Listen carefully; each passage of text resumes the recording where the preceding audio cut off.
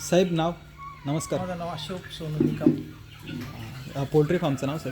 Aaradhya poultry form, गाव? बुरजड.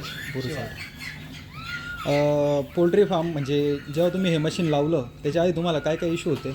आमच्या इथे जास्त करून CRD यायचं आणि इकोला पण भरपूर असायचं.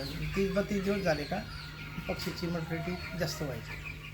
आधी तरी मॉर्टॅलिटी किती व्हायची थोडक्यात? तरी 1000-1100 होऊन जायचे. पर्सेंटेजमध्ये जर बोलायचं झालं तर 6-7% पुढे जायचे. 6-7% वर. आणि जे काय आपण म्हणजे इकोला वगैरे त्याचं काय? मग हे मशीन बसवल्यापासून 3 बॅचेस झालेले आहेत. हां हां. पण अजूनपर्यंत CRD आणि इकोला आलेलं नाही. CRD आणि इकोला कंट्रोल होऊन गेला बहुत थोडक्यात.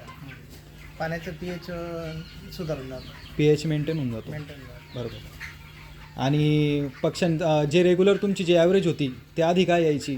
जे काय असेल बुवा 2 पॉईंट हां, ते म्हणजे त्याच्यात काय वाढ झालेली दिसते का त्याच्यात तुम्हाला? पण वाढून जाते. 45 ते 48 दिवसामध्ये 27-28 होऊन जातं पक्षी.